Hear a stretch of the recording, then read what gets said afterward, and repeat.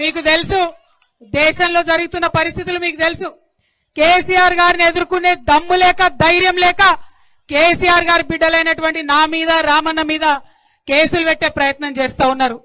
మాది భయపడే బ్లడ్ కాదు, భయపెట్టే బ్లడ్. అసలు ఎట్టి పరిస్థితుల్లో భయపడేదే లేదు.